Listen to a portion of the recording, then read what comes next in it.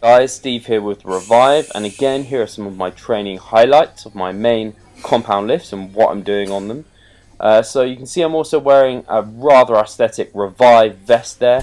My clothing is now live, so if you're interested, check out my website. I'll put a link in the description box below. Be sure to email me to check out if I've got your size, because that is important. So today, rather than kind of bore you with the details of my programming, you can see what I'm doing, and that's all I want to tell you for now. If you want to know more and you want me to describe everything I'm doing in detail, then please let me know. But today's video, I really just want to tell you that there is no magic program. What I'm doing here isn't magic. They all are based off some very generic principles. So don't get bogged down in like a specific rep range, specific rest times, pause squats, pause bench. All of these things are just kind of helping with the same thing. So if you're here looking again for that perfect program and you're thinking, what's Steve doing? He's doing really well. It's not because of what my program consists of in terms of reps, sets, exercises, training frequency, any of that. It's because of the core principles that it relies upon. So if someone tells you they're doing this DUP, training frequency is 3 times a week full body, next week it moves to 4 times a week upper lower, and then in their final weeks they're doing 3 full body sessions and then 1 upper and 1 lower, increasing their volume and this and this and this, and it's kind of getting a bit confusing, a bit overwhelming, then just remember they're only training to achieve one specific purpose, and that is the key reason their training's working for them, and that's the 95% of everyone's program who's successful in the gym is hinging upon one principle, one real principle. There's a few key aspects of that principle, but they all hinge upon this. And you're kind of thinking, Steve, come on, just spit it out. That principle is progressive overload. And that means you are either increasing load on the bar or increasing the number of reps on the bar with the exact same form that you did before. So I want to touch on that again because it's really that important, and it is what hinges everyone's progress in the gym. It's progressive overload. So you either need to increase the number of reps you're doing with the same weight, with the same force, everything else equal, or you need to increase the load you're lifting on the bar. Progressive overload, the key to every single person's successful program. 95% of the people in the gym who are successful are doing exactly the same thing, they're just running a different type of program according to their specific goals. Now the keys to progressive overload, massive one is being consistent. Stop missing workouts, make it to the gym every time. Hit every training session that is in your program and really push your workouts. Train with intensity, stop missing reps, make sure you hit every rep. To help you hit every rep, you need to get your nutrition in place, eat according to your goals.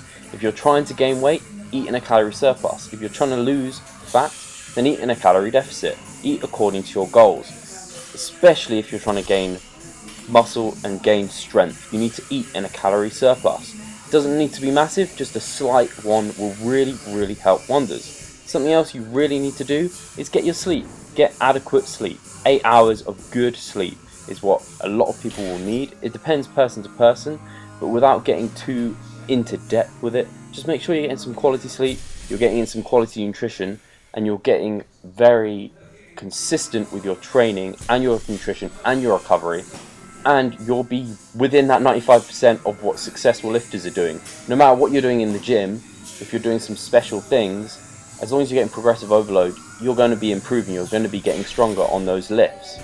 Without progressive overload, nothing will happen. It doesn't matter how good your mind muscle connection is with your muscles, how good your confusion of your muscle building program is. Your muscles don't need to get confused, you don't need to really concentrate on them. You just need to progress with your weights and reps, maintaining good proper form. So it sounds like I'm kind of just banging on about progressive overload over and over again, and I bloody well am, because it's so damn important. If you aren't seeing improvements in the gym, are you progressively overloading yourself? If you're not, that's why. So that's enough of progressive overload, and I'll just talk about how this training week kind of went. It was really interesting for me because if you saw a few clips back, I was squatting 150, which I did for 5 reps. And funny, because the session before that I did 150 and only managed 2 reps. And that's kind of auto-regulation right there and then happening. And I really think it's important to keep auto-regulation in almost every program to a degree. Even if you've got a percentage there, if you don't feel up to the lifting that weight, or you feel like you can perform better with a lower weight and do more reps, then do that.